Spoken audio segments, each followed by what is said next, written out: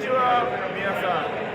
I'm Great Okada United Empire。今日は試合があった。そして彼がエンパイアの応援してくれるってよ。みんな、ブローキンテーブルポッドキャストよろしく。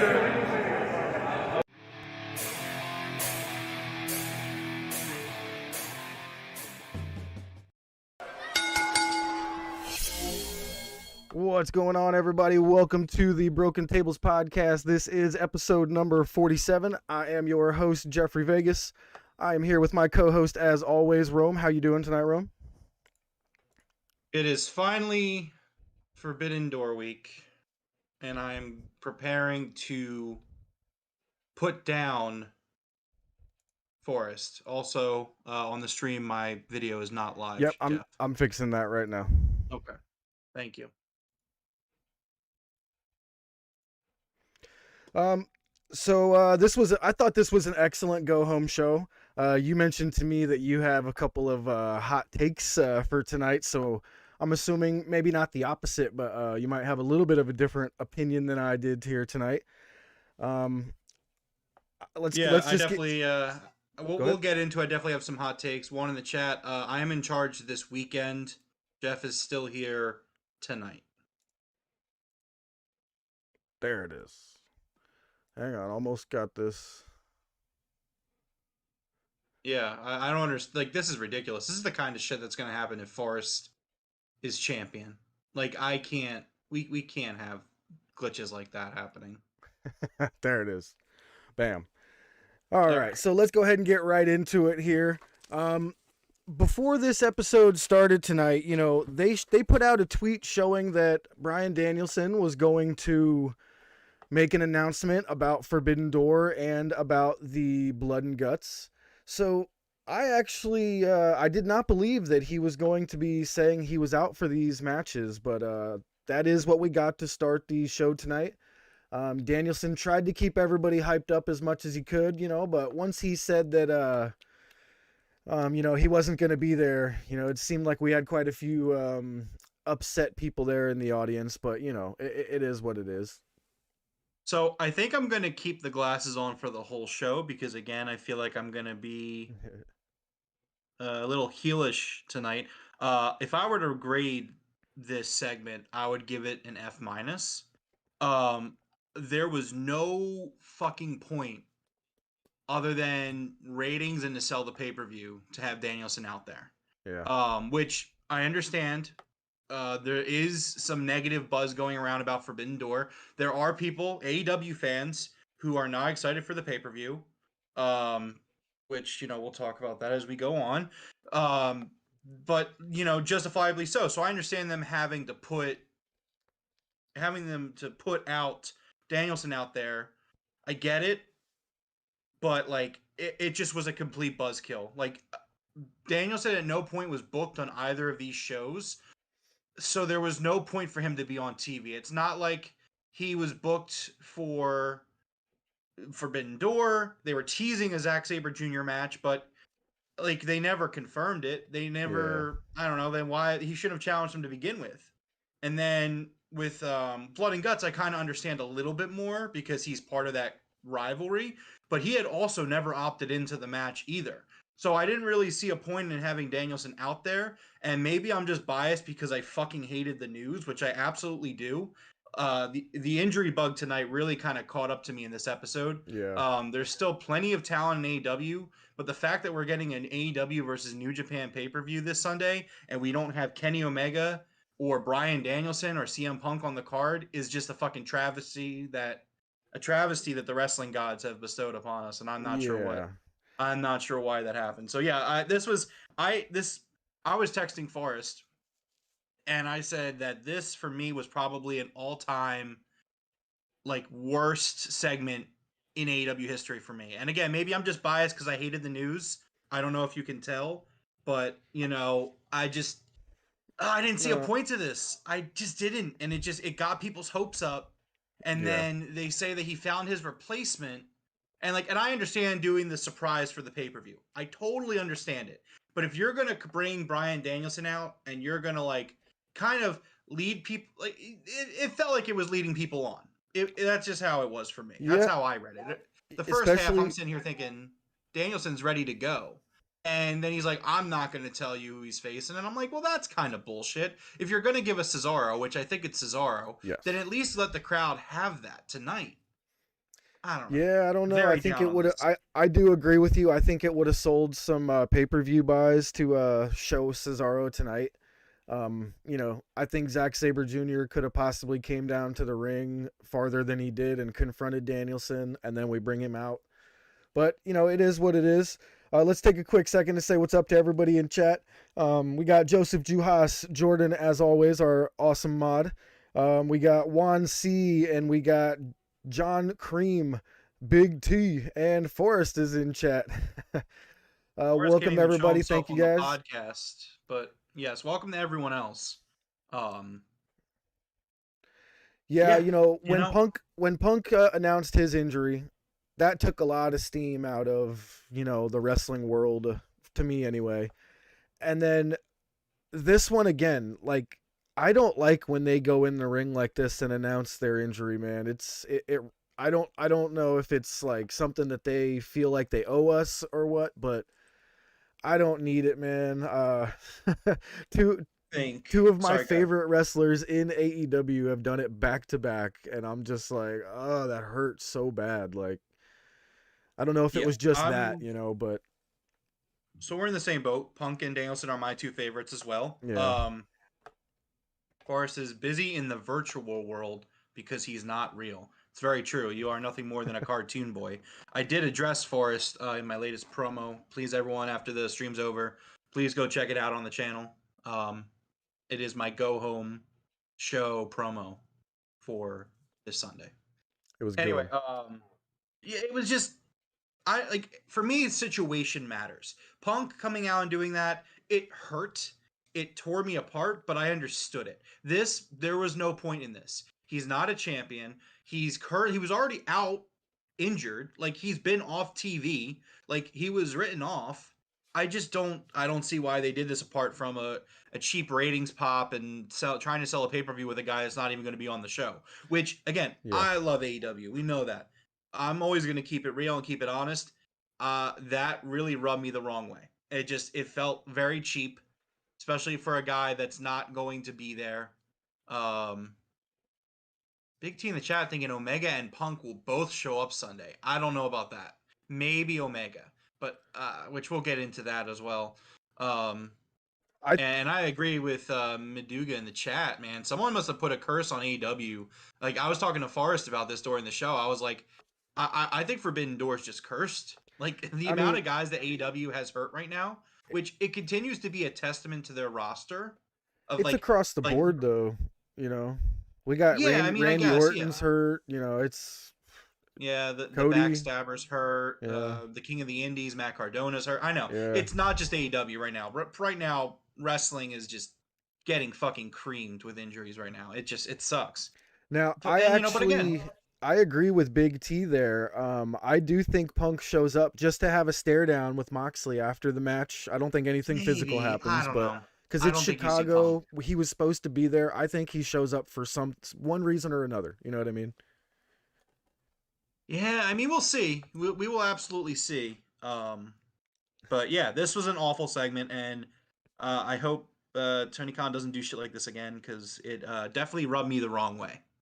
Yeah, I do think it was the fact that both of our two favorites, announced an injury back to back like that, but again, I didn't like it either. I did like how he tried to pump up the crowd and say, his replacement's going to be perfect. And yes, I do believe that Cesaro is perfect for the Blackpool Combat Club, man. Like, perfect. I would have just brought him out there, though. I would have brought him out there as well. I agree. Got to sell some of these tickets, but I think you have enough people there on the card that, like, here's the thing, right? Forbidden Door is going to be a very niche pay-per-view, and I think everyone has to know that. There are plenty of people in the AEW fan base even that aren't interested in this pay-per-view. And you know what? Again, hot takes tonight. Honestly, I don't blame them after tonight. There was a lot of great things on this episode of Dynamite, but I am not as thrilled as I probably should be about Forbidden Door, and we'll talk about it. And that's not me hating on the wrestling. I'm sure that bell to bell, the show is going to be fucking phenomenal. But we'll get to it as we go. Yeah, we'll get there. But I mean, yeah, I would have had Claudio. I guess that's his name, Claudio. I would have had Claudio come out tonight. Like that would have made this segment salvageable. That would have explained why Danielson came out. Because, like, again, it just felt like a waste of time and a waste. Like, did we have to have Danielson come out there? Like, I love the guy. He's my, again, second favorite. He's my number 2. But like, why was he out there? Like, okay, so he's still hurt. He's not booked for these shows. He's not competing on the shows. Yeah. Cool. The cutout looks nothing like Claudio. Yeah, I don't think that they do that with the cutout. They don't want to be that obvious. But if you are going to go by the cutout, it looks like Carry On Cross. That was the first thing I said when I saw the cutout. So we'll see.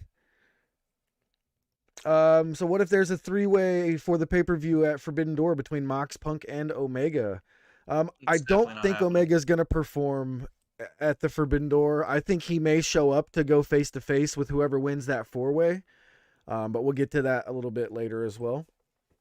Maybe Juan's referring to All Out. Maybe he doesn't mean All Out. I mean, because again, he like, did say after Forbidden Door. Yeah, on All Out. That'd be nice. Yeah. I mean, that's definitely in the cards because we're expecting Punk to not be out for too long. So we'll see. September's still like 4 months away. So yeah, for sure. 3 months away. Yeah. So, after Danielson announces that he cannot compete at Forbidden Door or at the Blood and Guts match, Zack Sabre Jr. comes out to confront him, but he stops on the ramp and he yells a couple things at him, and then we cut to commercials. So I actually, again, with you giving this an F, most of that F comes from this ending part of the segment here where, like, why didn't Zack Sabre get on the microphone for a second? You know what I mean? Like, I really wanted to hear a few words from him. I was kind of surprised that happened.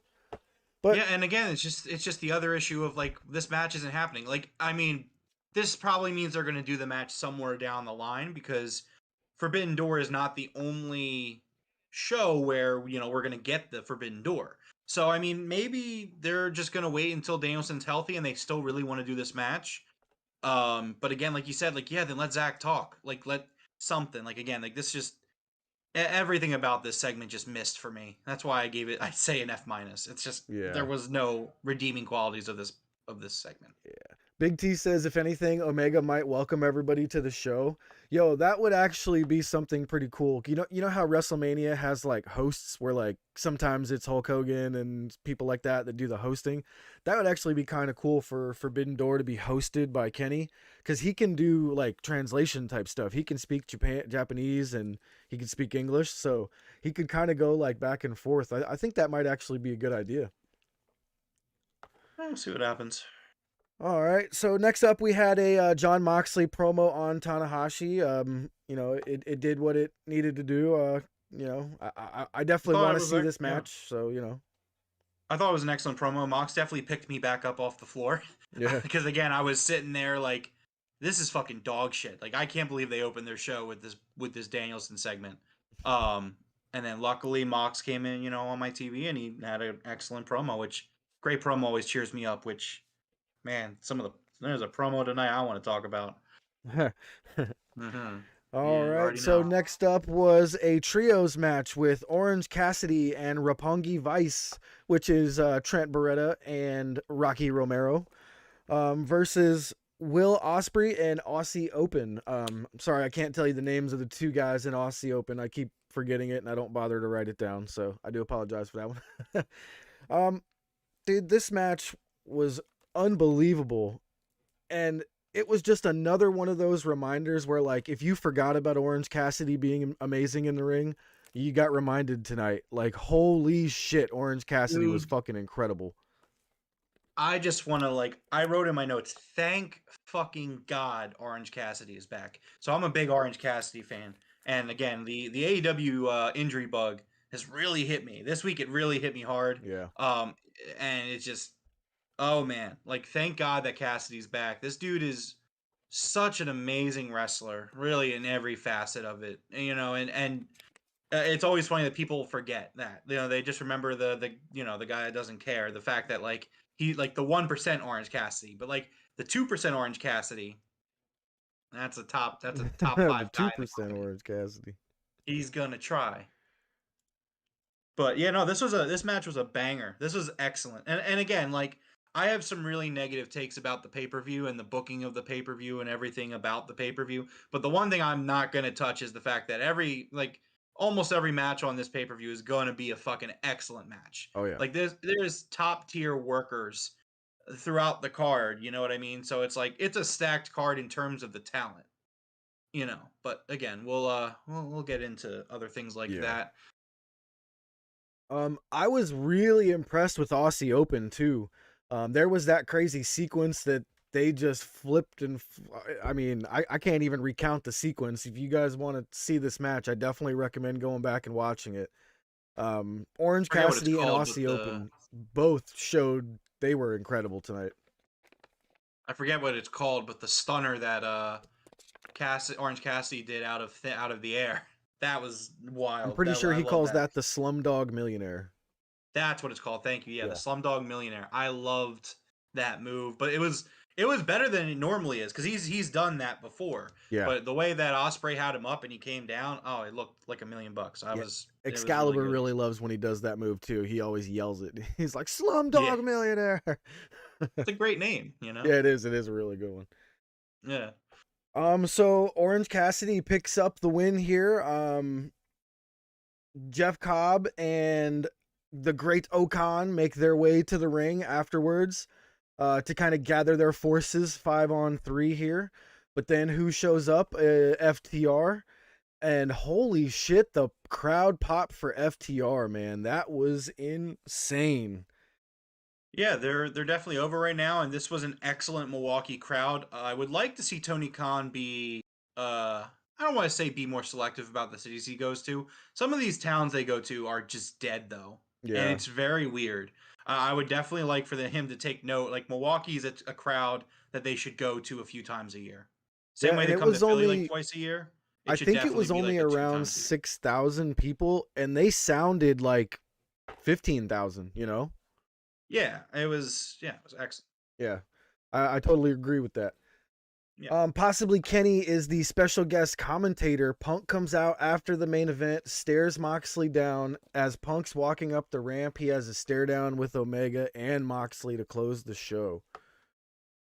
Dude, a 3-way match with Punk, Moxley, and Omega. Oof. But I don't want that to be for the title. We need Punk versus whoever holds the interim 1-on-1 first. But yeah, that would be a really nice 3-way dance. Yep. Ryan says Tanahashi will beat Mox, but who walks away with all the tag titles? So Ryan's calling Tanahashi. I'm calling FTR walking away with all the belts for sure. I mean, we're talking about Dax Harwood being best wrestler of the year and having like 3 of the top 10 matches of the year. Like, FTR's gotta walk away with that, with all the gold. Well, I'll say this. I am not going to give Forrest any help with this prediction show. Unfortunately, I will not be saying anything about picking any winners, who I think is winning any matches. Honestly, I want to see if Forrest can actually do it on his own. So yeah, I will not be talking about who I think will win any of the matches. For that, you're gonna have to check out the prediction show this Friday.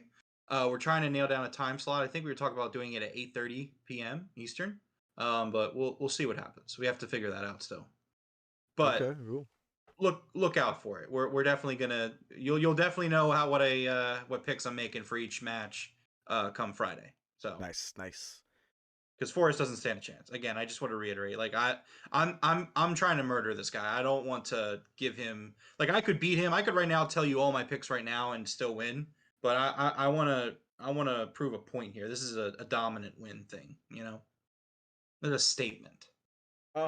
Big T says so. Mox versus Punk at Clash of the Belts in August and Triple Threat September at All Out. I'm not sure Punk's gonna be back in August. I'm thinking, I think All Out's in August, isn't it? Or no, it might be September. I'm not sure. But either way, I don't All think Out Punk's is going to be. usually in September. Is it okay?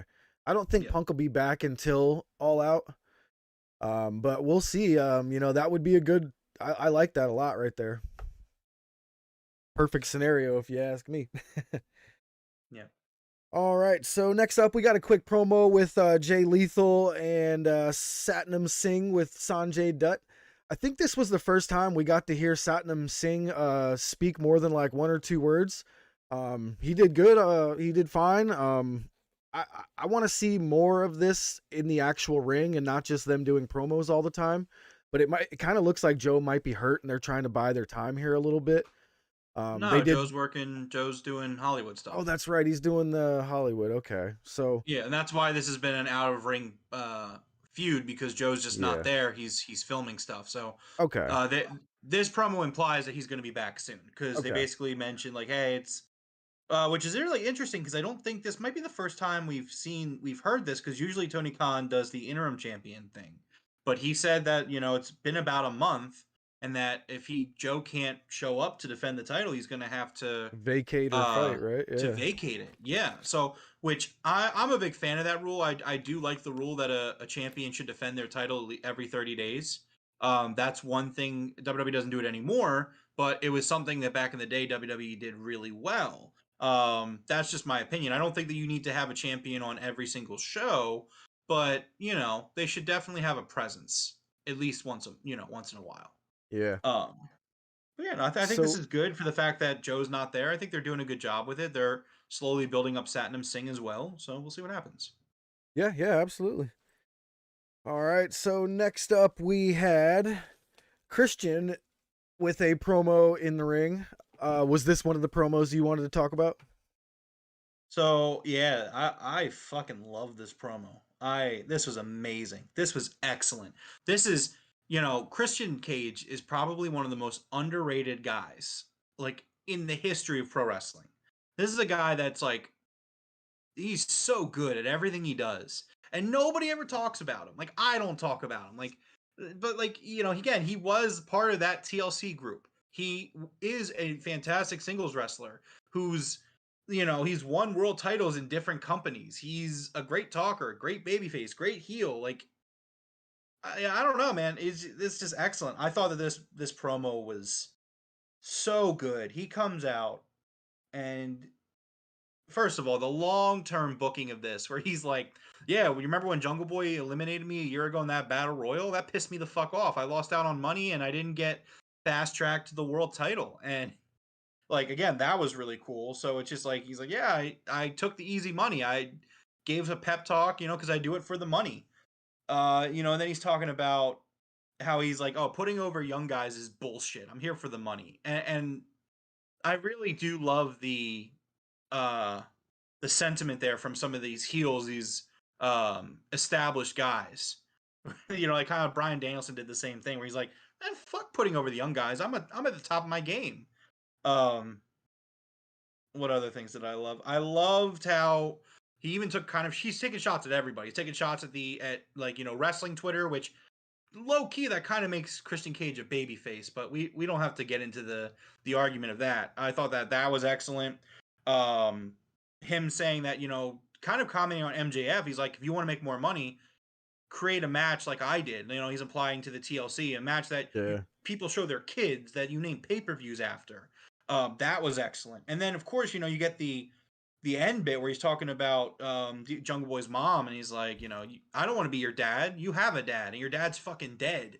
It's just like, oh my God, like, I fucking love this. So I wrote in my notes, right? I'll show you my notes real quick.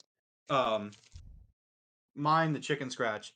But so I wrote 5-star promo, and then he kept going, and I changed it to a 6-star promo. Nice.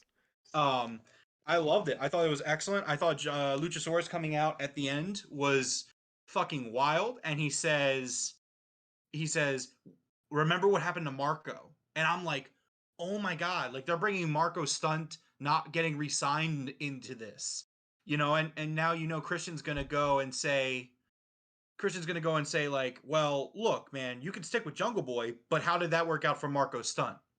You know what I mean? He's going to be like, you're just the gimmick to Jungle Boy. don't be the gimmick, come be with me and we'll go to the top. And I think that's a really interesting dynamic that I really loved.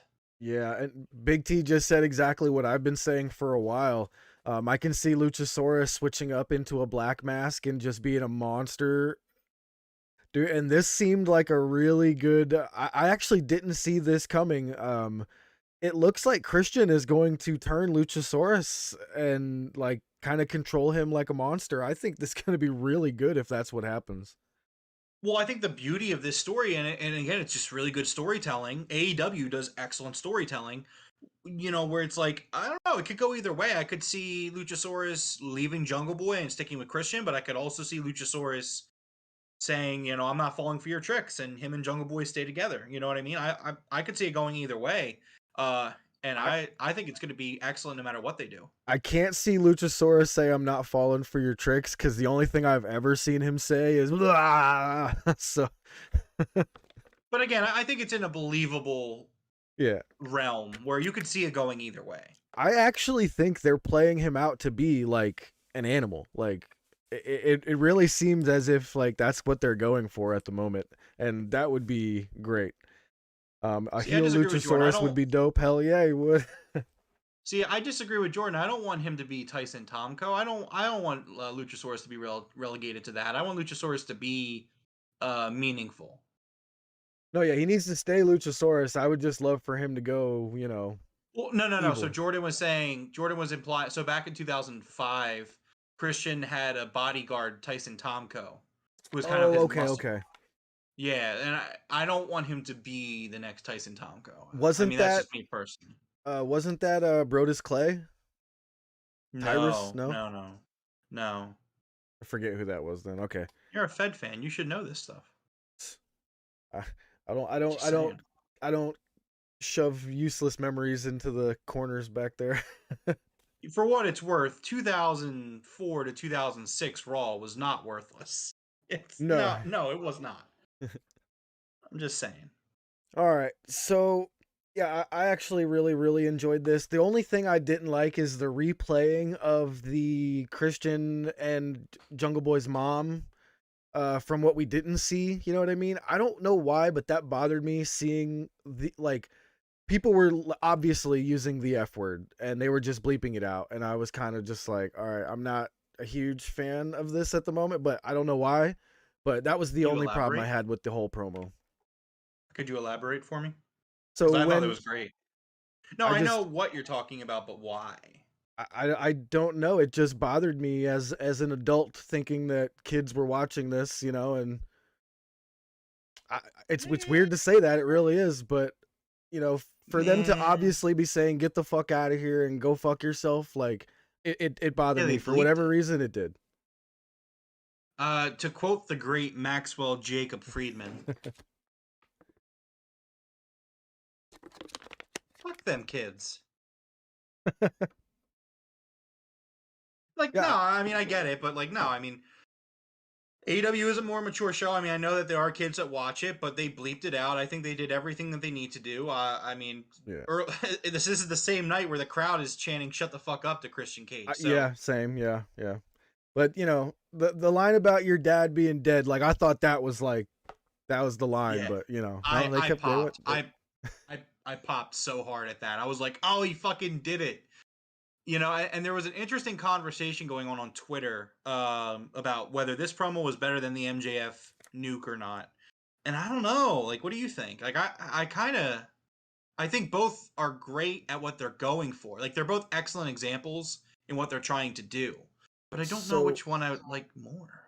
Because of the situation that it's put us in, I'm not a fan of the MJF nuke at the moment. Yeah, I agree with that. Actually. So, I'm gonna say that I enjoyed this Christian one more. Yeah, I definitely agree with you. I mean, the MJF nuke has set off a really bad month for pro wrestling news. Like we talk about on the show, like I want pro wrestling to be fun, and like covering pro wrestling for the past 30 days has not been a lot of fun news and headlines. So, Jordan in the chat giving us an update on his crazy Fed fan uncle. Hold on. He says he quote tweeted Will Hobbs tonight. complained about the kid Hobbs to a pick with having FTW on his overalls, and about the kids chanting "Shut the fuck up." Yeah, I know. Yeah, but no, I mean, yeah, I agree with you. The MJF thing at this point, like, I know that back then we weren't expecting like shit to hit the fan, but it's like at this point, I just want MJF to come back. I'm just kind of over that Well, storyline like completely. did you hear Um, Jericho's comment? Jericho's comment completely changed my thoughts on this entire thing. Like, made me think it's all like completely real. what did he say again? I remember seeing it, So but just Jericho refresh me. basically said, in regards to MJF, he's like, if you want to sit at home for 18 months and let Tony Khan, keep you at home and not pay you, then that's your prerogative. Then he's like, if that's what you want to do, that's what you get to do. And I was kind of like, wait a minute, what? I was like, did he just say that that's what's happening? Like, is MJF sitting at home for the next 18 months and getting out of his contract that way? Like, he definitely insinuated that is what's happening at the moment. Yeah, sure, Jeff, but that doesn't mean it's all of a sudden a shoot. No, I'm just saying, if that is true, like, to me, it's all been a shoot then, because I don't know. I don't like it. I don't like it either, but you don't Yeah. gotta be such a mark. All right, so next up came a Young Bucks promo with Kyle O'Reilly. Young Bucks were advising everyone that they are now the two-time AEW Tag Team Champions and that they will be at the Forbidden Door. But this was a little messy for me on what they said was going to happen. What did they say was going to happen in this match? So the Young Bucks are joining the Bullet Club for one night only, and it's Okay. going to be them versus them and two members of the Bullet Club, in a 4-man tag against Sting's cronies, as they said, and it's basically Sting, Darby Allin, and two New Japan guys. So I knew that they were going to shoehorn some matches in tonight. I knew that. And I fully accept that that's just kind of how the nature of this is going to be. Between AEW just coming off of a pay-per-view a month ago and needing to kind of shoehorn this in, and you're also working with New Japan, and booking has to kind of coincide with what both shows are doing on their own time. I totally understand a lot of shoehorning and a lot of just like letting it be. But so this is one of my first issues of the night with with the Forbidden Door. So, like, firstly, like, this was dumb. This just threw guys together for a match. There was there's no connection between who the people that Sting and Darby are teaming with. There's absolutely zero connection. I understand the Young Bucks joining Bullet Club. They are the one case on this entire pay-per-view card that I'm okay with the inter-promotional or outer promotional tag teaming, which again, we'll talk about. Once we get a little bit more down the card. But it just felt weird. It's like, oh, it's gonna be Sting and Darby Allin and two jamokes from New Japan Pro Wrestling. And again, I don't watch New Japan Pro Wrestling, and I don't know these guys, and I didn't have the time to do the research on these guys. They're probably great. Yeah. I have no issues. Again, the bell to bell next week on Sunday is going to be phenomenal. But like this, I was just like, what? Why? Okay. I mean, like, I understand the Bucks and Sting and Darby, and I understand the Bucks going to Bullet Club. Like, are these two guys feuding with Bullet Club? Like, is that a thing? I don't know, and I don't know. Like, I couldn't care less about this match because I just don't know. No, yeah, I actually I do agree with you here. Even though I love the Young Bucks and I love the Bullet Club, them being like, "Oh, we're rejoining the Bullet Club for one night only," while my heart is like, "Yeah," my brain is like, "Why? What?" You know what I mean? And then, like you said, the two guys that Sting and Darby are going to be with, there's just zero connection whatsoever. Yeah. So Jordan's saying it's Shingo and Hiramu, which thank you, because even in the at the end of the show where Excalibur is in one breath saying the entire Forbidden Door card, they just list them as dudes with attitudes, and I'm like, what the fuck is this? Yeah. Like, I was just, again, like, I'm sorry to disappoint Jordan. So again, full transparency, due to the lack of time, I focus primarily on AEW. I know the big names in New Japan, much like Ryan Davis in the chat is saying. He knows the big names. I also know the big names, but like, again, like, And I don't need to be spoon fed. I don't need it to be like, oh, you don't know who Shingo is and who Hiromo is. Like, no, I don't need that. I Yeah. just they have been on the show before the pay per view. Could they have, I don't know, teamed with Darby Allin on Elevation? Could they have done anything? I don't know. Something, Just yeah, at least something. something, anything. But Give me something.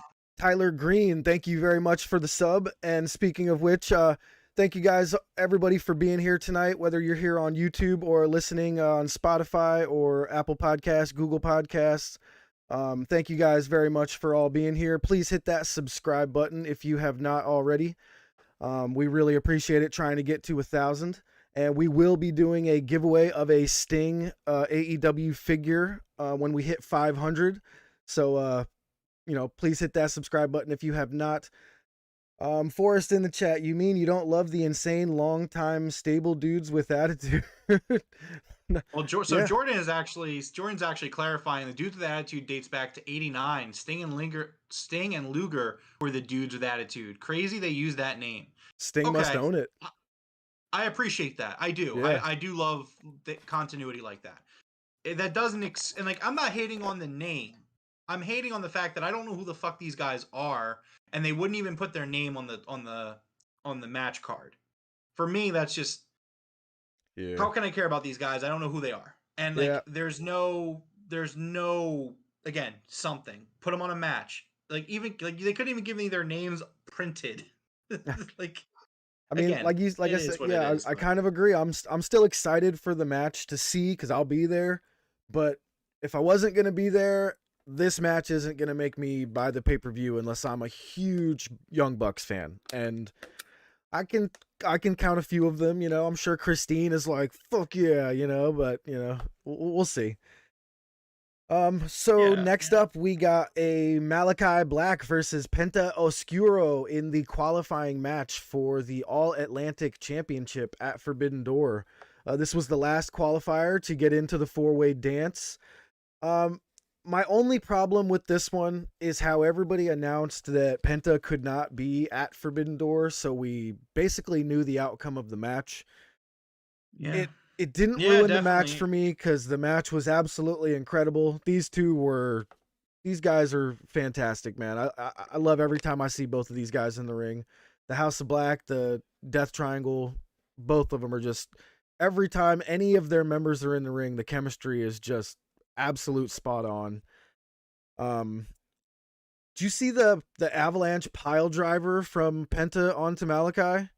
I don't know how he didn't kill him with that thing, man. The pile driver from the top rope from Penta is just bananas to me. Yeah, man, this was an excellent match. I really love this. I love this match in general. I thought this was just awesome. Let's take a look. We have a few chats. Ryan Davis saying, yeah, I think the last few weeks of AEW and this pay-per-view is just fan service. I look at this as like a pause for AEW. Yeah, no, I actually 100% agree with that. I think that Forbidden Door is going to be an excellent pay-per-view. I've said it a lot tonight. I'm going to continue to say it, despite the issues that I have, which I have some issues still that we haven't gotten to yet. Yeah. This is going to be an excellent pay-per-view. But man, I'm really excited to get to next week. Like, I love AEW because of how good the storytelling is. It's one of the reasons why I love AEW. And just this month, it just, everything's just been jammed in. Like, yeah. I don't know why they did this pay-per-view when they did it. I don't know why they didn't do it in July. Like, I thought July would have made a lot more sense. You could have spent a few weeks building up the show. I mean, it's just like, you got out of Double or Nothing, and then you were just like, all right, Forbidden Door time, let's go. And yeah, and like Bro Hyper said, putting together Forbidden Door so quick was nonsense. You know, New Japan has a thing that they do where they don't announce any matches until the previous week's show has aired. So I think they're being a little stubborn on some of these storylines and some of these matches. And I think that might be affecting us here a little bit. But yeah, the build could have definitely been better. There could have definitely been more of a build for some of these guys. Like, Hakuleo has been in AEW before. So if he's the guy that's going to be with the Young Bucks, where was he? You know, he should have been here once or twice in the last few days or few episodes. So yeah, I get it. But yeah, this Malachi Black versus Penta match was incredible.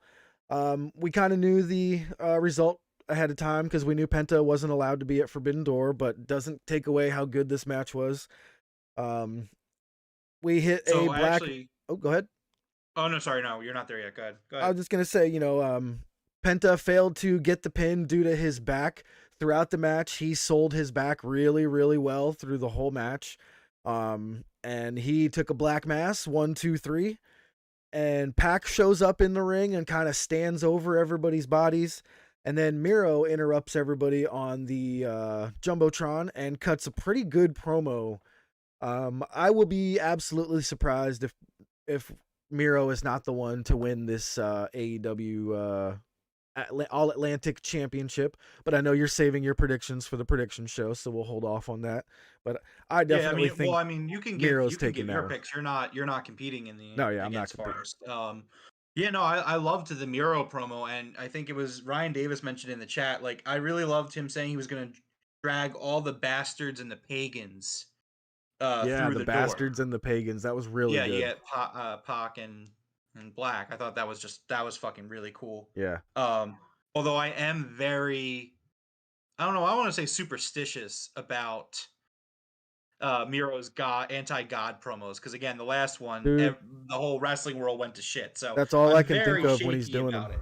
That's all I Yeah, can think of when he's doing these promos is I'm like, man, you better not be this curse on the wrestling world right now, bro. seriously, yeah. All right, so that promo was great. Like I said, it makes me think Miro's gonna win this, so I hope that title's gonna look good around him. It looks like it was almost made for his gigantic waist. Next up, we had a quick promo for Wardlow, a quick vignette saying that he wants the TNT title. So it looks like we're gonna get that match as soon as Scorpio Sky is good to go. I haven't heard any words on if he's ready to go yet, but once he is, it looks like that's the match we're gonna get. Seems like it, which is weird, but it is what it is. And as much as I want, on one hand, I want to say we can't take the belt off of Scorpio Sky so fast again. My other hand is like, screw that, give that man the belt to Wardlow. So yeah, sometimes it just makes sense. I mean, yeah. what can you do? Juan saying Miro's giving him Assassin's Creed vibes. Yeah, definitely. Yeah, absolutely. I still want Malachi Black to walk out. That's who I want to win. But we'll see who I think is going to win. Oh yeah, if I was going with my heart, who I want to win, Malachi Black for sure. He's yeah, absolutely. So good. Yeah, so I mean, this was a fine segment. Fine segment. Yeah, it was just fine. It was fine. Yeah, it was just fine. All right, next up, Adam Cole, baby, comes out to get on the commentary booth. We had a match that I don't know if this was announced, was it on the card or not, but said Silas Young versus Hangman Adam Page.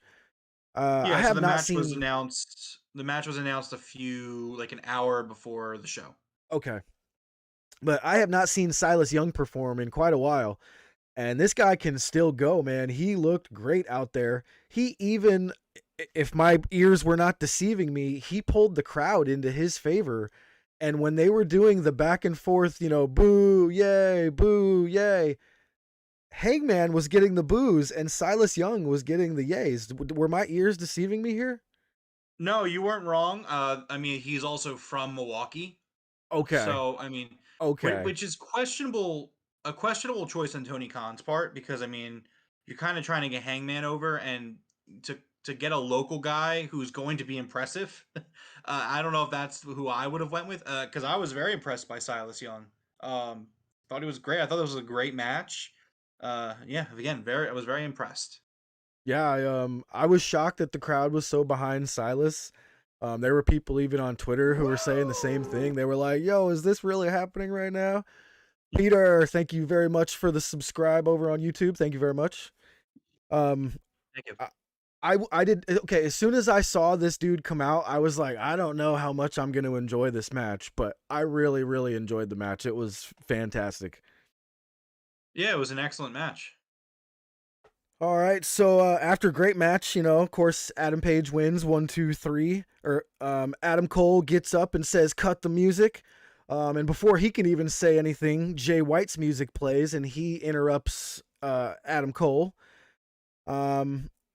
Basically, Hangman gets in the ring with, I'm sorry, Jay White gets in the ring with Hangman and confronts him there. And when he tells Hangman that it's not going to be him, Hangman slaps the microphone out of his hand and they start to brawl. Adam Cole jumps in and he starts to team with Jay White. And we finally get the coin drop that I have been waiting for so long. And it was so good. Kazuchika Okada comes down to the ring. And we get basically Hangman and Okada versus Jay White and Adam Cole for a moment. I am so fucking happy to finally see my guy Kazuchika Okada. And I know this was one of your hot takes tonight, so go ahead. Let's see what you got.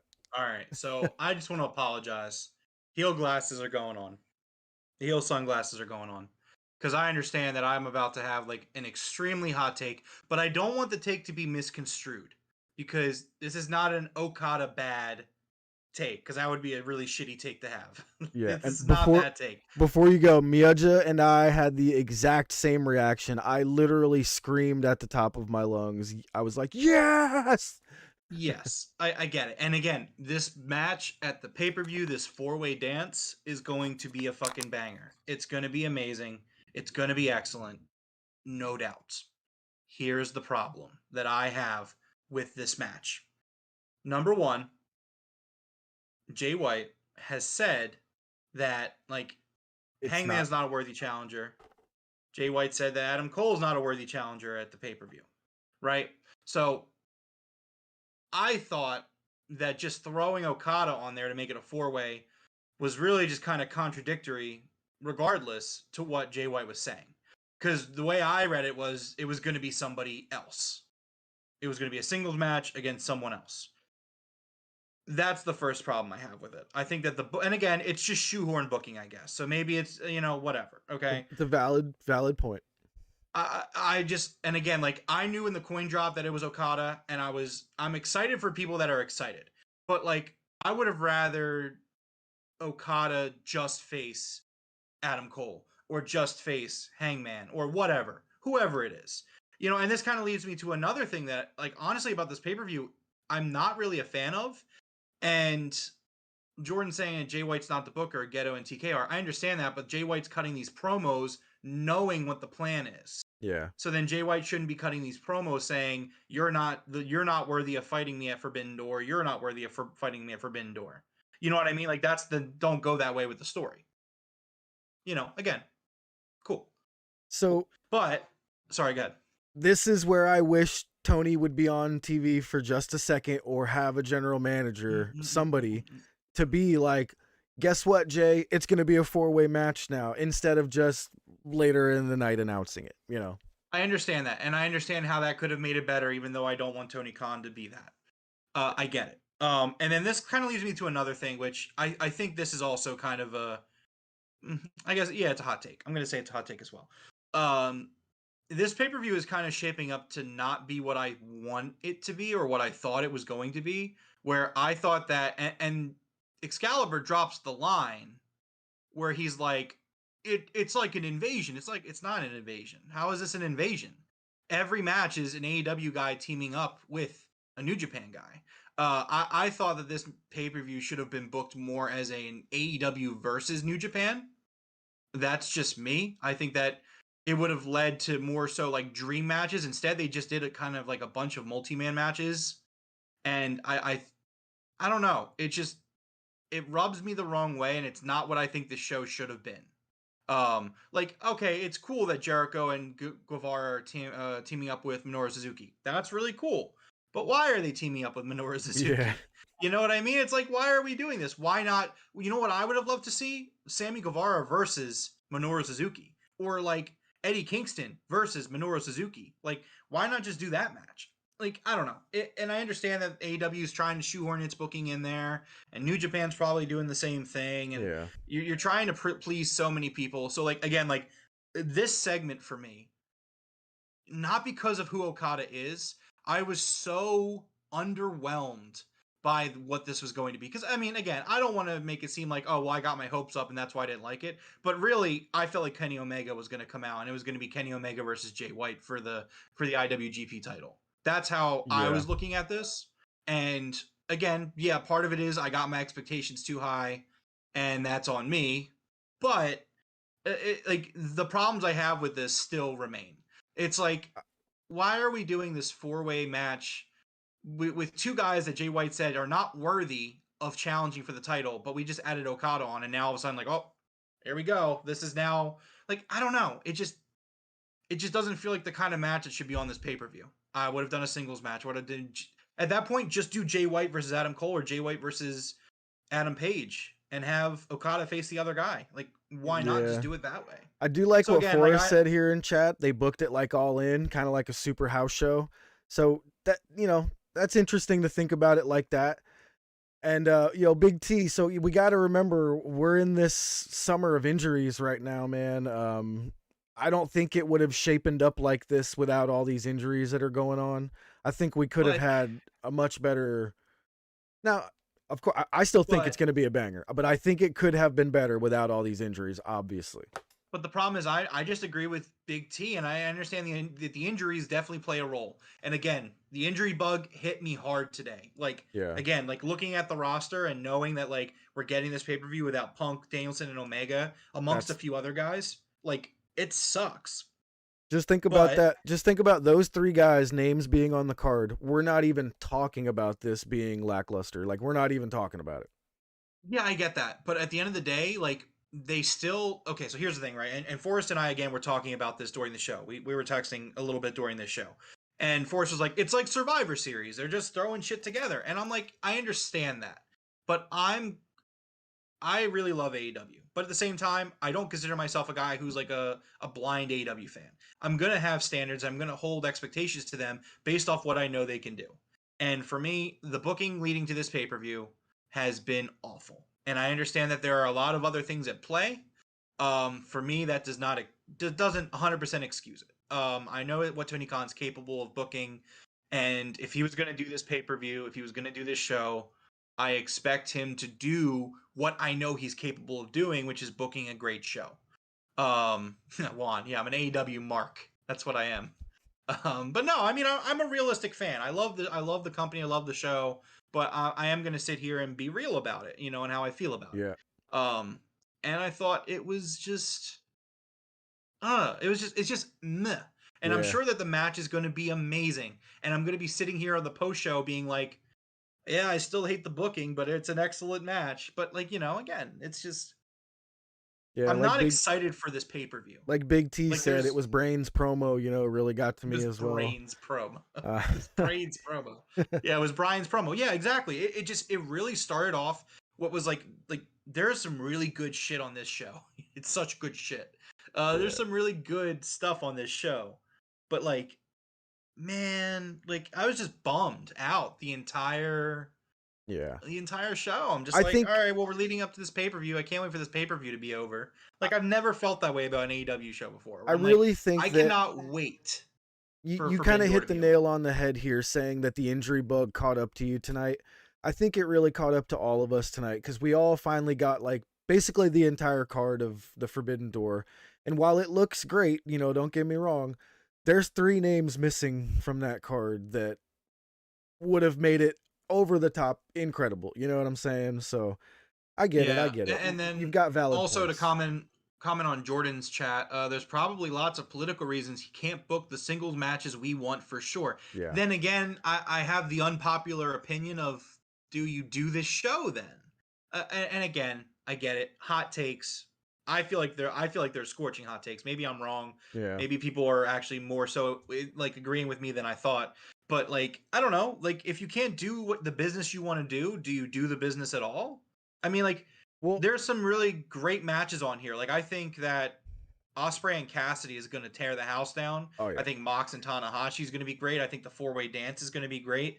But like, a lot of these other matches are just like 8-man tags with no purpose or reason behind some of the pairings. And it's just, I don't know. Couldn't we have just done like an angle on Dynamite for this month? Couldn't it have been like this month? It was just like I don't know, have these matches on TV while still also having some AEW storylines. I don't know.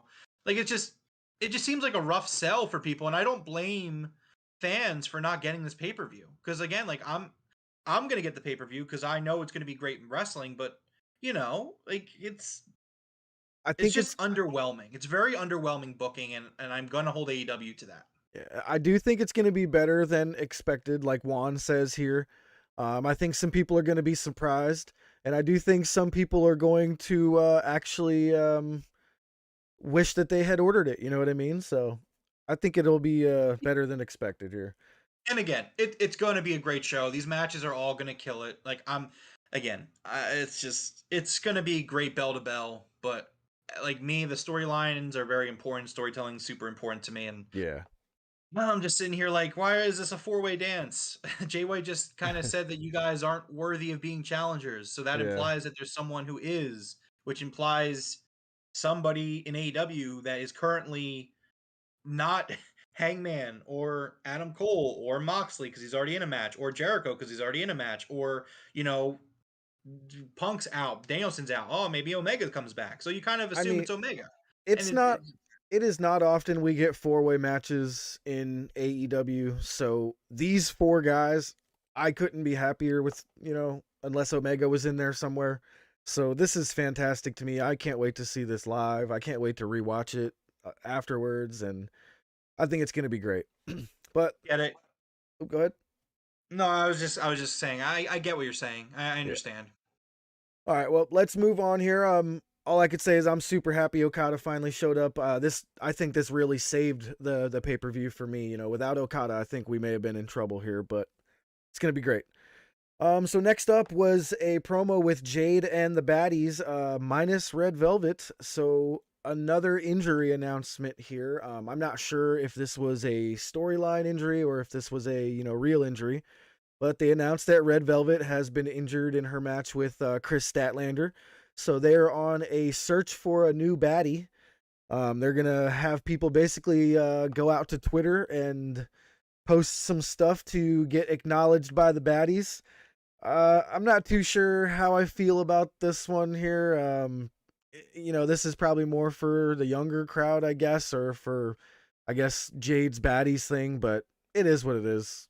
I think it's going to be to introduce a new wrestler, is what I hope it is. I hope they don't just actually pick somebody off of Twitter, but we'll see. I hope so too. This is very meh for me. Again, I was already kind of coming out of the previous segment very underwhelmed, and this kind of continued here where I was just very not into it at all. And yeah, Red Velvet's hurt.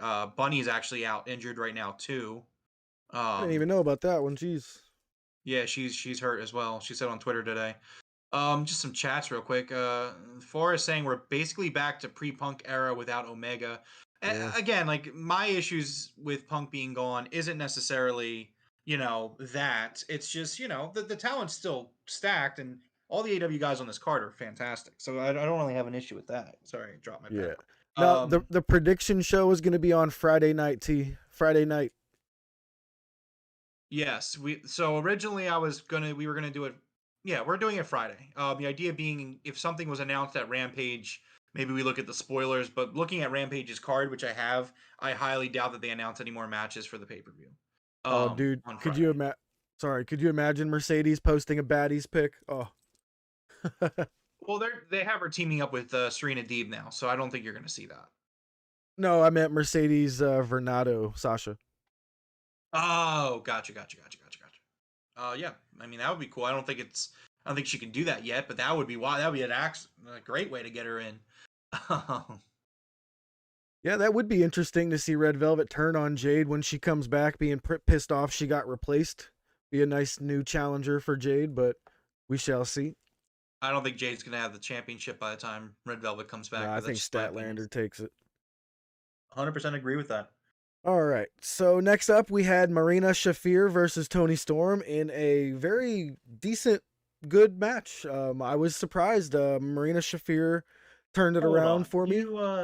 How dare you skip over a very funny segment with crap. Chris Statlander and Athena? I only skipped it because I thought we were just talking about them. You are correct. So What do you mean we were just talking about Jade? This was yeah, a I know, much I better know. segment. How In a could you do response this? to the Jade promo, Chris Statlander and Athena cut a hilarious I promo loved it. acting like them. It was great. That was great. Yeah, it was very funny. It was hilarious. I definitely like it. Again, it moments like that bring me back, and it brought me back Yeah. because I was sitting there kind of bummed out. I was like, this isn't going the way I think it should be.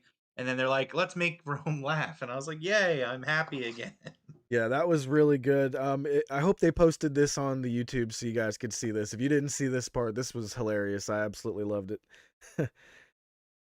Then we had Marina Shafir versus Tony Storm in a great match. Yeah.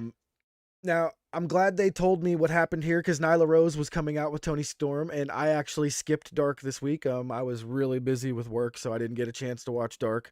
So Excalibur mentioned it that the tag team formed while they were on Dark, so immediately answered my question of why is Nyla out here. So I thought that was good. Well, so it was actually interesting because it wasn't even formed on Dark this week. It was actually formed last week on, I can't remember where it was, but Nyla was doing an interview. I think it was on the sessions with Renee Paquette. Okay. So she's talking to Renee, or Nyla is, and Nyla's like, I'm thinking about, we're doing a tag team, and she's like, talk about who she'd want a team with, and she's like, I kind of like Marina Shafir. And so then they did it. I don't know if it came from that or if it was an idea that Nyla pitched, or where it, how it came to be. But yeah, it was teased a few weeks ago. So Oh, nice. Okay. cool stuff. Cool stuff. So of course, they have a great match. Tony Storm winds up winning this match. Nyla Rose, of course, attacks Tony Storm afterwards. Thunder Rosa comes down and makes the save. Tony Storm picks up the belt and smashes, I believe that was Nyla Rose she hit, right? Yes. Yeah, she hits Nyla Rose with Thunder Rosa's world championship belt. And Rosa just kind of stood there like, did this bitch really just use my belt to knock her out? And then she walks over and takes it from her. I like this build for the Tony Storm and Thunder Rosa match at the pay-per-view. It's going to be the only females match since New Japan does not have a women's division. So I'm super excited for that match. I'm wondering, do you think they pull the trigger on Tony Storm, or you think we continue with Rosa here? No, I think it's way too early to pull the trigger on Tony Storm. Yeah, it's still too early to get rid of Rosa's reign as well. And the problem is also Thunder Rosa's reign has been kind of underwhelming at this point. So I think having her lose the title this quickly also would be like a really bad look for Thunder Rosa. Yeah. Because it's like, at least give her an opportunity to have some decent matches, some decent defenses, and she kind of hasn't had that. So, Yeah. All right, so this was a great segment, great match. I can't wait to see these two at Forbidden Door. That's gonna be a good match. I mean, I don't see how that one could be a bad one. So we'll see how that one goes. Next up was Darby Allin and Sting cutting a promo, advising of their match. Where they're gonna join up with, I believe it was Shingo and Otomi. I've heard of Shingo. I'm not too sure who Otomi is. I've probably seen him, but the name just doesn't ring a bell. Again, my critique still remains. It's just like, who are these guys? Why do they matter? What's going on? Why are we doing this? Why didn't they come on screen and at least like let us see who they are? Exactly. Like, why couldn't it have been a promo with the four of them standing there? You know what I mean? Like, something. Maybe they're not even in the States yet. I think we're dealing with a lot of weird stuff here, that's causing a little bit of this. So it is what it is. Next up, we had Phoenix and Andrade cutting a promo for Rampage. They're going to have a match on Rampage. That's going to be a banger. I don't think anybody in this entire planet could argue with me that that's not going to be an amazing match. So can't wait to see that on Rampage. And next up was the main event, Jericho and Archer versus Jon Moxley and Tanahashi in a tag match. I loved how this started out 100 miles an hour inside and outside of the ring. And then Aubrey finally gained control, and we had a really, really good tag match with Tanahashi taking a lot of the time in the ring, huh? Yeah, sure. Do you think the Danielson replacement is Wyatt? No. Not at all. The things that he said about the person, to me, insinuate two people. One has to be Cesaro. Like, that's the one that I think he was talking about. Somebody who he trusts. They're best friends in real life. The other one I think I'm could be just Johnny Gargano, but I think it's Cesaro. See, I'm more so read it as a guy that's going to be perfect for the perfect fit for what Brian Danielson wants. I think he wants it to be a technical wrestler, a guy that's going to fit in with the Blackpool Combat Club. That's why I think it's Claudio slash Yeah. Cesaro. It just, yeah. To get back to this match though, Juan just kind of in the chat just kind of stole what I was going to say, but I'm gonna just say what he said. This match felt really slow and it was fine. And again, like I feel really down on this pay-per-view because I did not like the ending of this show. Like it was just it just encompasses my entire problem with the pay-per-view right now. And again, like I was really excited for Forbidden Door. Like I was like last week I was all in, and like this week I'm like it'll be fun. I get to see friends. I have some friends coming over, and it's an AEW pay-per-view, so I know the match quality is going to be great. We'll probably order some curlies. um, I can't deliver it to and you this time. I know now the wife's gonna have to go pick it up. She's gonna be so mad when I tell her this. Or pay for it, by the way. No, Well, no, you're last fine. time I I told you to got you. tell Don't me. worry. Yeah, but I told you to tell me that you owe me. You didn't say it. And then I forgot because we were CM Punk won the world title. You think I was thinking about money at that point? No, Come neither on. was I. No, No worries. I wasn't. Anyways, yeah, I was disappointed by this match. And Forrest just said in the chat something was wrong with this main event, and I agree. I don't know what it was. I don't know what didn't click, but it was just slow, and I just couldn't get into it. And then the show ends with this huge fight, and it was just a mess. It like again, like, people in the chat. Maybe my takes aren't that hot. I feel really good about myself right now. Maduga saying the ending was a mess. I thought this ending was atrocious. It was so hard to follow. Like who is fighting who? Like it wasn't New Japan versus AEW, which again I think was the smart way to do it. You know what I mean? Like have it be AEW versus New Japan. Yeah. Have the match results go 50-50.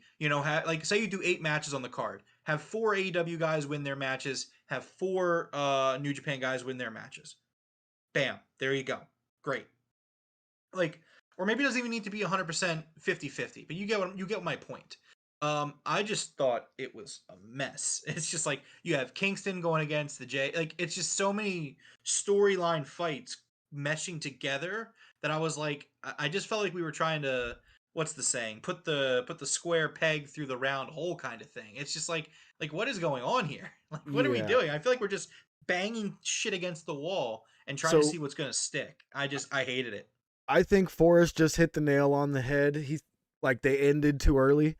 I think the finish of the match accidentally came too early. Amanda Staples, welcome to the pod. I think the ending came Hi, too Amanda. early because that felt really weird the way that everybody was fighting on the outside and Mox and Tanahashi were just kind of staring at each other.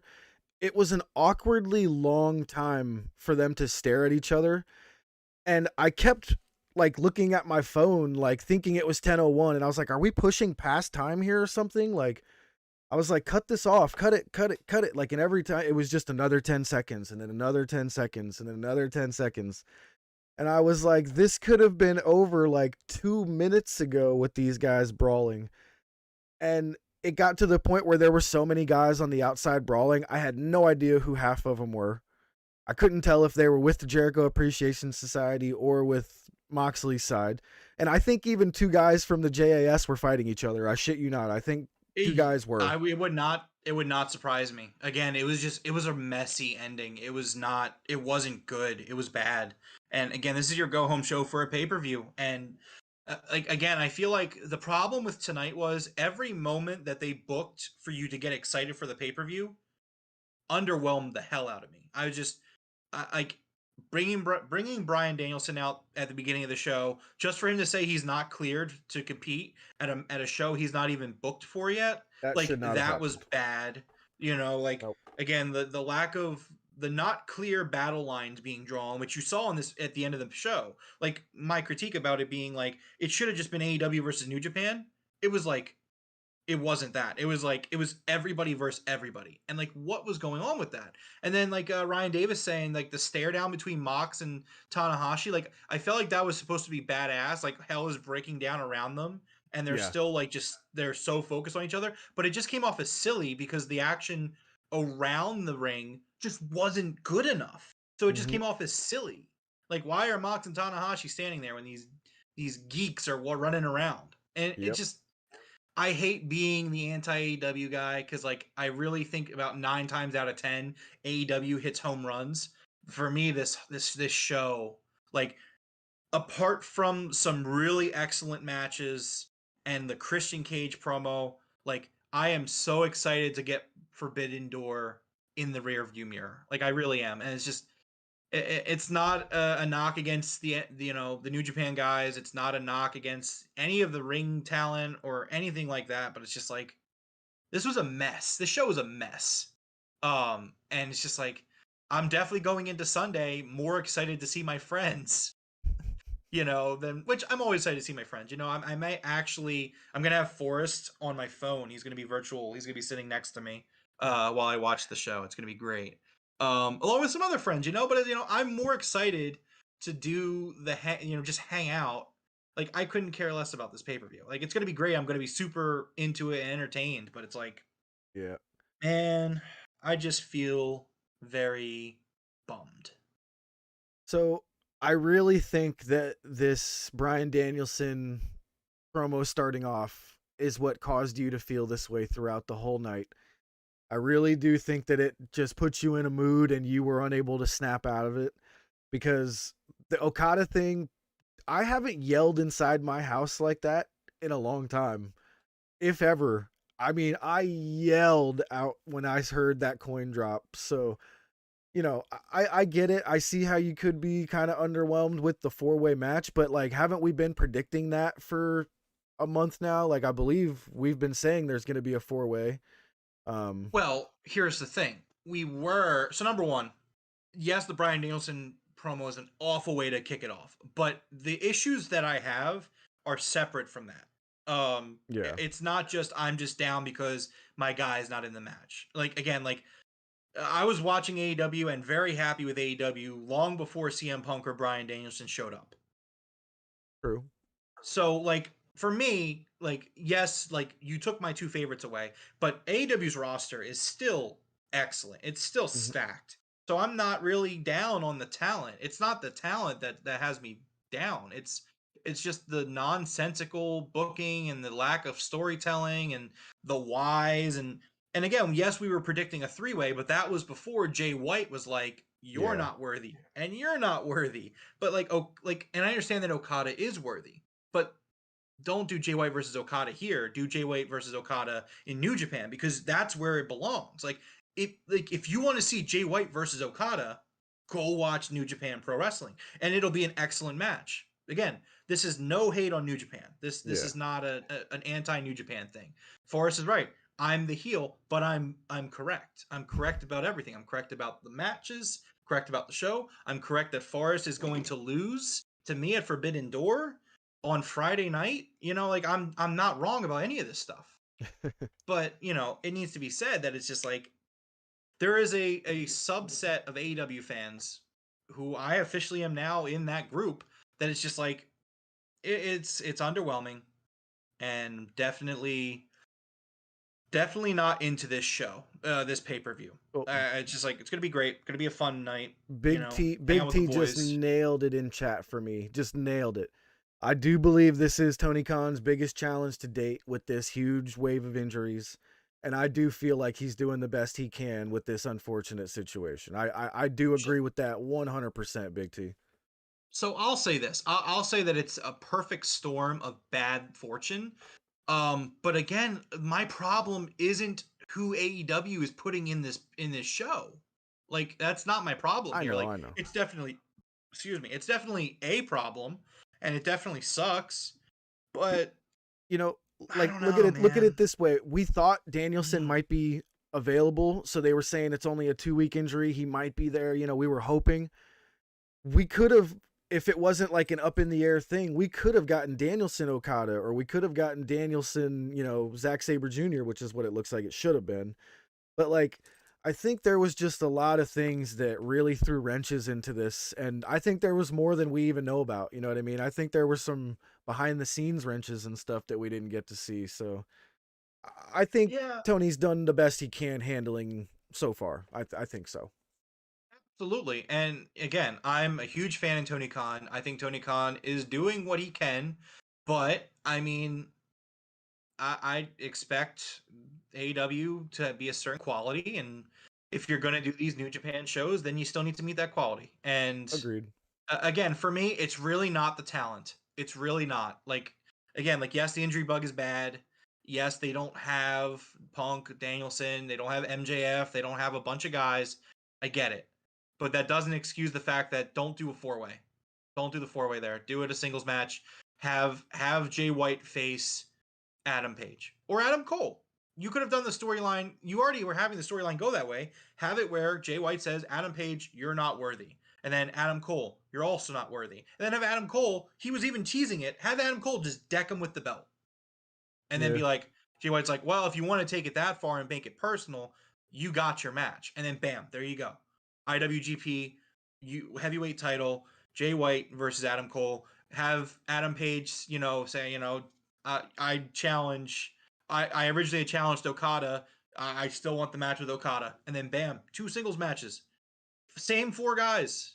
Makes a lot more sense, in my opinion. It's Yeah, just big T. I'm so sad right now, not seeing any sort of meet and greets going on. I know Warrior Wrestling is going to be holding some meet and greets across the street, so I might have to go check that out. I do believe Thunder Rosa might be over there. Athena might be over there. So hopefully I'll get to meet a few people, get some video for you guys. Got the new camera all ready to go. It's going to be badass. And then I also So agree that with was Juan. it for Dynamite. Yeah, the ending could have been a little bit better. It was a little messy there, A little bit but better. Let's not sugarcoat it. It was, yeah, I it was know. awful. It Could was have been awful. could have been much And I better. feel bad. I also feel bad because you're going to Forbidden Door. You're literally driving to Chicago, and I really don't want to rain on your parade. Like, I want you to have a great time, and it's going to be an excellent show. But like, man, just it is not doing it for me. Like, I'm glad that I'm not flying to or driving to Chicago. Like, That's a good again, point, Ryan. Got to protect them with the 4-way match. Maybe have somebody else get pinned. That's a good point. Well, that's the thing. When they were originally going to do a 3-way, I assumed that somebody was going to eat the pin there, so that way Jay White, if they go that way, they were going to protect people. But like, I don't know, like why? Like, I don't know. I just wouldn't have added Okada to it. I would have had Okada do something else then. Yeah. Like, it's just. And T, no, I don't have any info on why they have not been doing meet and greets. The last meet and greet they did was on June 1st, and I do not know why they've stopped doing them. The only thing that I can think of is to just make sure that they don't have any sort of COVID outbreak before this Forbidden Door thing. But I could not tell you. Yeah, ever since MJF dipped, there has not been one. So I don't know. It's definitely an odd situation with these meet and greets not happening anymore.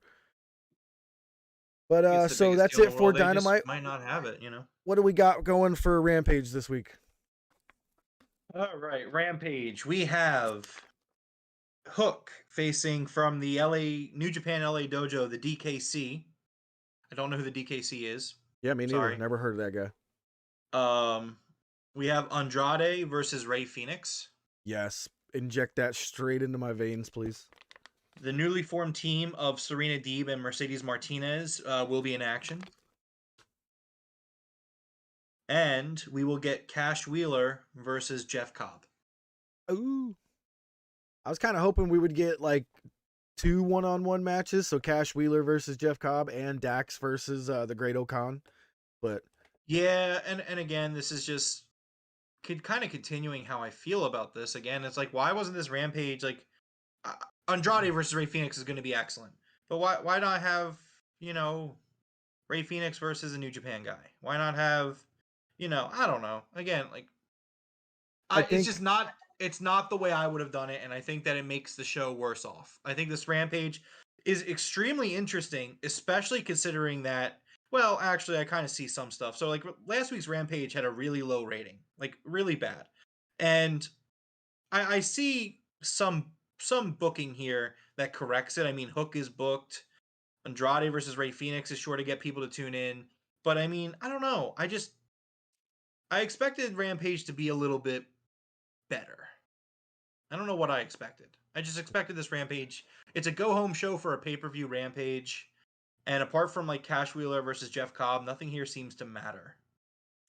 So I think the Phoenix and Andrade match was supposed to happen somehow at Forbidden Door, or at least Andrade was supposed to be at Forbidden Door, and they kind of, I don't know if this is like a makeup type thing to get him on TV before that or something, but it's weird that both of these guys were supposed to be at Forbidden Door and they were both blocked from being there. You know what I mean? Yeah, and again, that sucks, but I mean, that's not why. It's not why you have. I don't know. It's not why you just don't have this match here. Then have it on Dynamite next week. I don't know. Yeah, I don't I know. don't know. Yeah, and Hook is going against one of the NJPW guys. He's the guy he's facing is from the LA Dojo. I've just never seen him and I've never heard of him. So he is what I was thinking. It looks like he's one of the Western guys who is working under the New Japan LA Dojo name.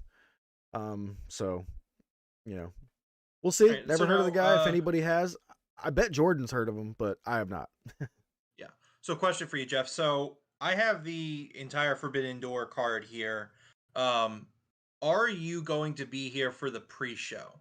Because here's the thing: I know you're driving to Chicago early Saturday morning. Mhm. What are you looking like Friday? Because depending on what's going to happen Friday, we can go over this card for you now, and you can give your thoughts on things. No, so I'll be doing the prediction show with you on Friday night. Okay. I'm not sure I'll be there for the Rampage review, but I probably could be. No, it's probably not a big I deal. might do. I don't know what Forrest's schedule is going to be looking like because Forrest is going to be virtually driving to Philadelphia Saturday. So I don't know if he's going to be available that late. So I might just end up doing like a Rampage watch along actually. Ooh, that's a good idea. I might do that. I have to talk to Forrest more and see what's going on with that. But yeah, we'll see. But so we could run the prediction show straight into the Rampage watch along. That wouldn't be a bad idea. that's what I was thinking. Yeah. But if you're going to be here for the prediction show, then we don't have to. I mean, I can go over the card if you want. No, let's at least match card. Since we solidified the last 4 matches, let's go over the card here. We won't say who we think are going to win, but let's just go over it real fast. All right, so we have the buy-in, which is going to be on YouTube. Forrest has to email himself. Okay. All right. Sure. Okay. Got the buy-in. You have the Gun Club and Max Caster versus the DKC, Kevin Knight, Alex Coughlin, and Yuya Vamua. Oh wow, Okay. look at that. This guy, Alex Coughlin, the dude with the mustache, I saw him here live in Philly. I've said this a bunch of times. This dude is amazing. Wait till you guys see this guy again. Yeah, I've seen him too. I recognize Alex Coughlin, so that's good. And that's the buy-in. The main card is going to be headlined by the interim AEW World Heavyweight Championship match, Jon Moxley versus Tanahashi. We're going to have, for some reason, a 4-way for the IWGP Heavyweight Championship. It's going to be Jay White versus Hangman Adam Page versus Adam Cole versus Okada. We have another 4-way dance, this time for the All-Atlantic Championship. Malachi Black versus Pac versus Miro versus Tomohiro Ishii. Ooh. We have the AEW Women's Championship on the line. Toni Storm against Thunder Rosa. Oh, what's going on in the chat? Y'all going to react to the Brock segment on Friday? Yeah, we could talk about that when we're done this. We'll pay attention to it since we're going to be on. Yeah, we'll pay attention and we'll react to it. Big T, Jeff should stream with his girl while they're driving to Chicago. Your girl could read the questions. You could do that. I mean, I actually was planning on doing something on the road while driving. I just got to make sure I'm in an area with good signal to broadcast. You know what I mean? So when I find an area with good signal, like I might actually do that. Yeah, definitely. Let's see. We have the three-way dance tag team match. Winner takes all for the Ring of Honor and IWGP championships, tag team championships. FTR versus Jeff Cobb and Great Khan versus Roppongi Vice. Let's go We have FTR. the IWGP US Championship, Will Ospreay versus Orange Cassidy. That's gonna be Which honestly, so good. That's gonna be match of the night. I'm predicting that's match of the night. I was gonna say that's the match. That's like the match. That's the one match that I'm like really excited for. Like I am excited for other things on this card, but like that's the match that really does it for me. I'm like, oh, I got to see this match. And then we have Chris Jericho, Sammy Guevara, and Minoru Suzuki versus Eddie Kingston, Wheeler Yuta, and Shota Umino. Or as the internet has described it as, and I'm going to continue to look at it as, Uncle Eddie and Mox's kids. Uncle Eddie and Mox's kids. Juan saying Jim Ross said Tanahashi reminded him of Bret Hart. I haven't seen any Tanahashi matches besides tonight, but do you guys agree with him? So I haven't seen a lot of Tanahashi either. I do think Tanahashi's very good, which is why the main event of Dynamite tonight was so confusing because he's very good. So in the way that he is very like methodical with his movements, yes, yeah. but not like in any sort of a move set. Like they don't use the same moves or anything. But I can see what he's saying, you know, like Jim Ross, it's like he's saying like the way that they move is very similar. I do agree with that. Yeah. And then we have Zack Sabre Jr. versus Brian Danielson's replacement. Which is interesting because it's also been teased that, unless I'm mistaken, that Danielson's replacement is also going to be in Blood and Guts next week, which I'm not sure if that was conveyed correctly, because I don't know why you wouldn't just put Wheeler Yuta in that match and call it a day. Yeah. Huh. But we'll see. I don't know. That wasn't conveyed very well. And again, in a promo that it's probably the only Bryan Danielson promo I will ever grade at F-. It's definitely the only thing that Bryan Danielson's ever done that's below an A- for me. Yeah. Like, and it wasn't his delivery. It was just what he was delivering. Yeah, it's like, but again, it was also why was he delivering? Like, yeah, it's not just it just it's didn't not just need to what. happen, man. Yeah, it's like, why are you here? Why are you hurt? You know what that should have been? Okay, that Danielson promo should not have happened, and we should have gotten the Bullet Club showing up and the Young Bucks being like, "What's up, bros?" Like that's what we should have got instead. 100% agree with you. That would have been 100% better, 100 times better. And then the last match we have is the Bullet Club versus the Dudes with Attitudes. Dudes with Attitudes. And then Juan saying lots of 3-ways, 4-ways on this pay-per-view, and that's a problem that I have. I don't like that. I think it's a lot of lazy booking to protect people. Which again, if you're gonna do this show, you got to do the show. If you're not gonna have guys do jobs, or you're not gonna have guys do what they have to do and sell, or however you wanna put it, it's. I don't know. That's just we'll see. It's very interesting. Forrest saying he thinks it's a 6v6 Blood and Guts. That would explain it. I mean, Sammy joining the group makes Wheeler's that already make in sense. there. Okay. Yeah. So okay. All right. Well, cool. That makes me think it's Cesaro as well. I mean, although it would be really cool to see Wyndham in a Blood and Guts match. Yeah, it just doesn't make any sense. It doesn't fit at all. He wouldn't fit in the Blackpool Combat Club even a little bit. So I also will say this, right? And maybe I'm crazy to think this way, right? So here's the thing. So AEW and WWE are both struck with the injury bug, correct? Yeah. Wyndham is clearly signed somewhere. And neither side is like, whoever signed him, they are sitting on it. Like they are like, no, we are not going to bring Wyndham out no matter how desperate we are. Which makes me think that he's probably signed with AEW over WWE, right? Because like WWE does not have restraint like that. I don't know because he changed his name back to Wyatt on Twitter, but that doesn't mean anything. I know. I mean, it does. Wyatt's the name that the WWE gave him. Like, why would you go back to that name? WWE owns Bray Wyatt. What if he comes out as Wyndham Wyatt? if that's possible, I would love it. I would be perfectly fine It's with very it. possible. That's how it works. But Alexa Bliss is now attempting, she hasn't used it, but because she gets interrupted, but she's attempting to use Sister Abigail now. That doesn't mean anything. That's the last thing her character did that was meaningful. So Yeah. I don't know. Like this is what it is. But no, I mean these name things happen all the time. Christian left WWE, and what did he change his name to? Christian Cage. You know what I mean? It's like they're very specific about the copyrights. It's like as long as you're not using the same name, it's fine. Yeah. You know, like Bryan Danielson, he had to create a WWE name that they could own, and he would still have Bryan Danielson. So he went and made Daniel Bryan. He literally took the names and he switched them. Yeah. It can be very similar. I wouldn't be surprised if Sasha Banks' name when she comes out has either Sasha as the first name or Banks as the last name. I personally think she might do like Mercedes Banks or something like that, but we'll see what happens. I'm not sure she'll use Mercedes with Mercedes Martinez there.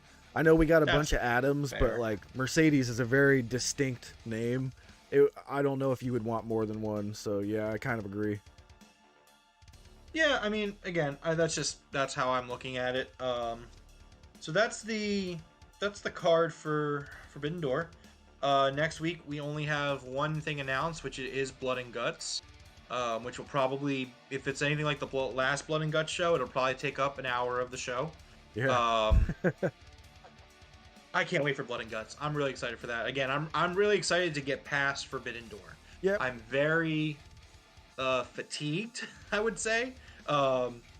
Me too. Like wrestling in general this past month has been, all in all, on the whole, shitty as hell. I mean, in my opinion, not the content of the matches or the quality of the matches, but just like, I mean, people that have been watching us have we've covered all of it. You know, it's just like we don't have fun things to talk about on this show all the time over the last month. And that kind of sucks. So, yeah. hopefully we can get back on track in July and we can do Blood and Guts and then move on to other fun stuff. Yeah, and like you said, you want to get past Forbidden Door. Me too, just because I think we need to start building this next pay-per-view already, and this is kind of holding us back a little bit. So. Yeah, I agree. Big T saying, and no disrespect to Cesaro, but I don't feel that his debut would be something you would hold off. It's definitely not going to get the reaction that a Wyatt would. I agree, and that's why I would have brought Cesaro out tonight. Yeah. If Danielson goes out to the ring and says this, like what he says, he's like, but I found a replacement, and here he is, and it's Cesaro, then like, okay. That justifies this a lot more because you needed a way to debut Cesaro and it does something. Again, there were ways to do this show and still get to the same outcome that I think would have made things a lot better. Like, yes, I have fundamental issues with the pay-per-view and with the card. But man, like just the way they did it, and I do think that it's because Tony Khan isn't the only guy in the room at that point. He's also working with Ghetto, so I get it.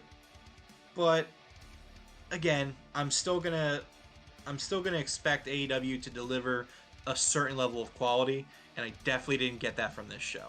I thought there was a lot of misses on this show and a lot of things that were done that were not done well. We'll see what happens. Forbidden Door will be fun. The highlight of the weekend, the absolute highlight of the weekend. Let me just say this: that like for the past month, despite all the bad wrestling news, I've been dealing with this itch, this problem, this fly that just won't go away, and I keep swatting at it. And that's Forrest. That's Forrest. So I've been dealing with this guy, and like for the few weeks now, I beat him clean at Double or Nothing. Is that correct, Jeff?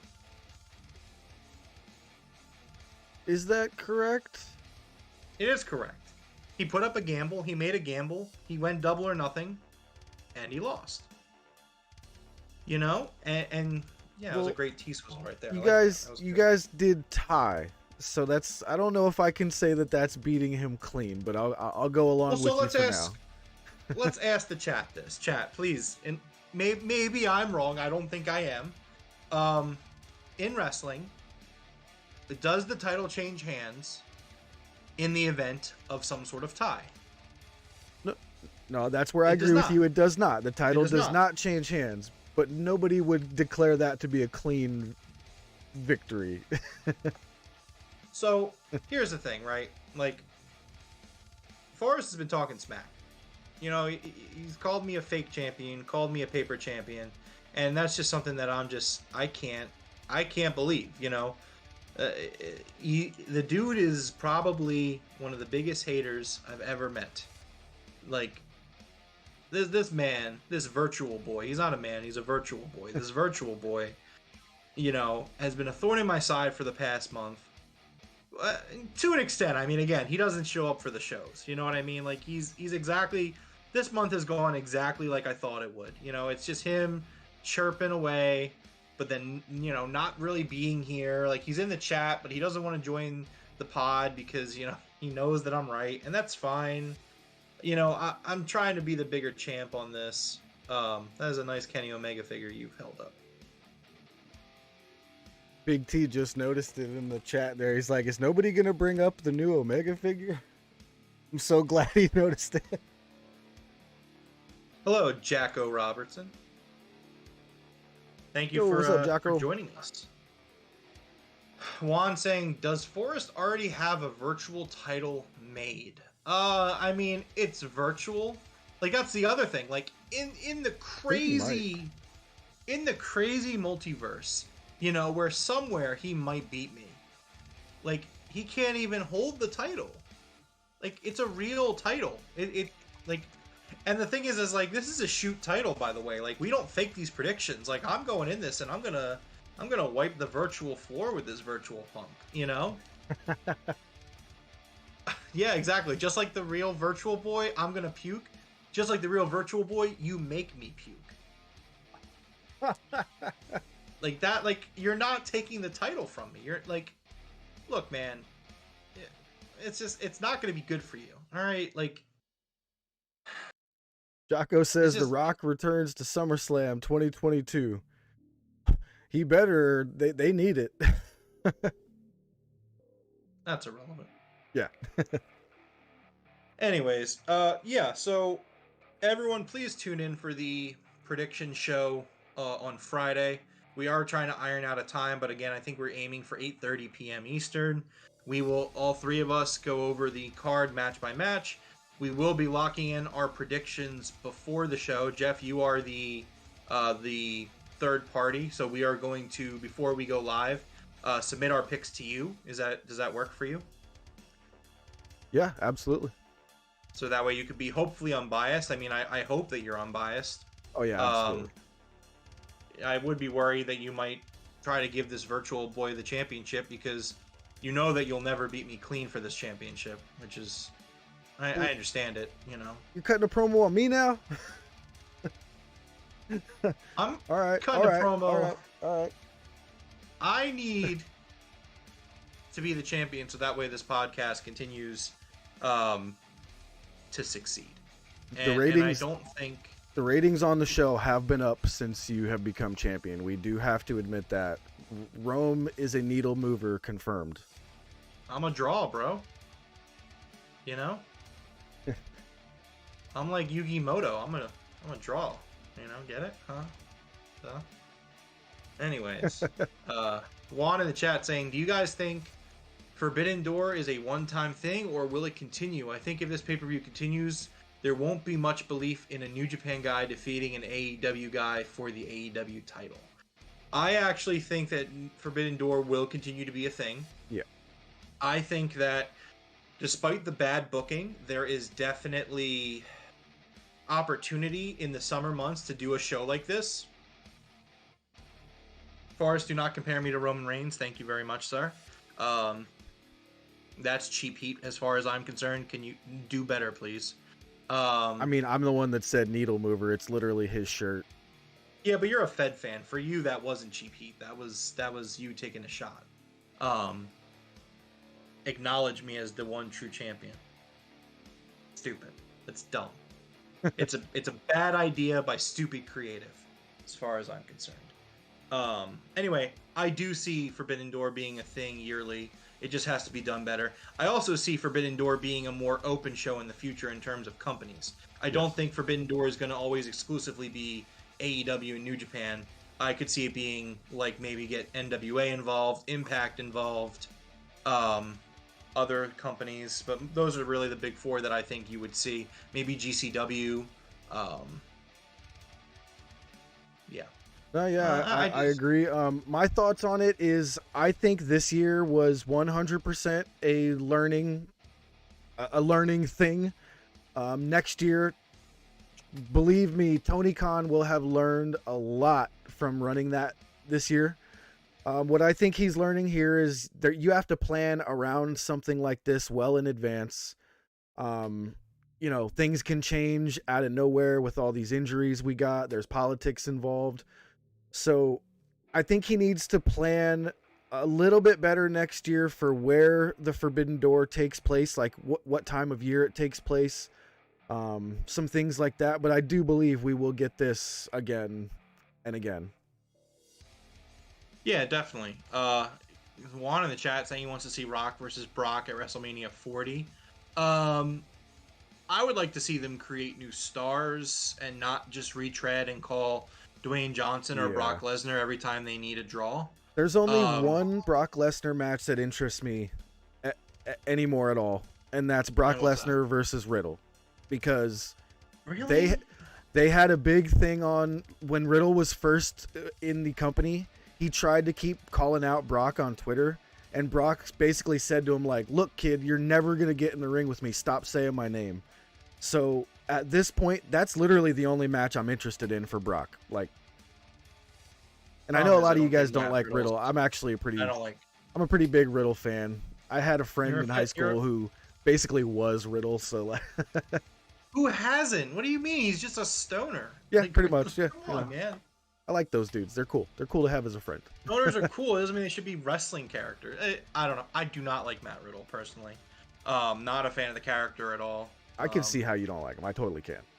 Just obnoxious. It's go away heat. That's the problem with WWE. Like, not the problem. It's a problem in WWE. Is I feel like a lot of these guys they make as stars, for me they just have go away heat. They're like Forrest. Like nobody wants to see Forrest here. You know what I mean? He's just the next guy. So like Forrest has go away heat. You know, so he should probably just go away. It's like that. Matt Riddle, Roman Reigns, these guys, they all have go away heat, where it's just like I don't dislike you because you're a bad guy.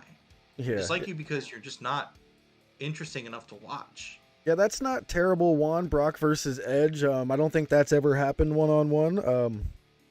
I'd be okay with it, but it's not something that I'm like, itching for. Do you think that Edge is like beating himself up tonight? Like his best friend Christian Cage is over here putting on this 6-star masterpiece, and and the 3 stars he just created in Judgment Day are now relegated to main event. Yeah, like, do you think Edge is like kind of kicking himself? Like, man, maybe I shouldn't have came back to WWE. I don't think he's kicking himself, because I do think his return has been successful. I think he's been pretty well booked. But I do think he is now like, I'm getting the fuck out of here, and I'm going over there with Christian. Like, that's what I would be doing if I was him. I wonder how much time he has on his contract. I don't know if he would leave. There are some guys who just come off as lifers to me, and Edge does come off as a lifer, which, it is what it is. It's just... Is The Rock's daughter anywhere near ready? That's weird, Juan. I haven't even heard about his daughter being ready for wrestling or anything like that. That'd be nuts. Yeah, I have no idea. But, all right, man, it is, that seems like a good spot to wind this one down. You want to go ahead and close us out? Absolutely. All right, well, this has been episode 46 of the Broken Tables podcast. If you enjoyed this episode, please consider giving us a like and subscribe, or a follow depending on where you find us.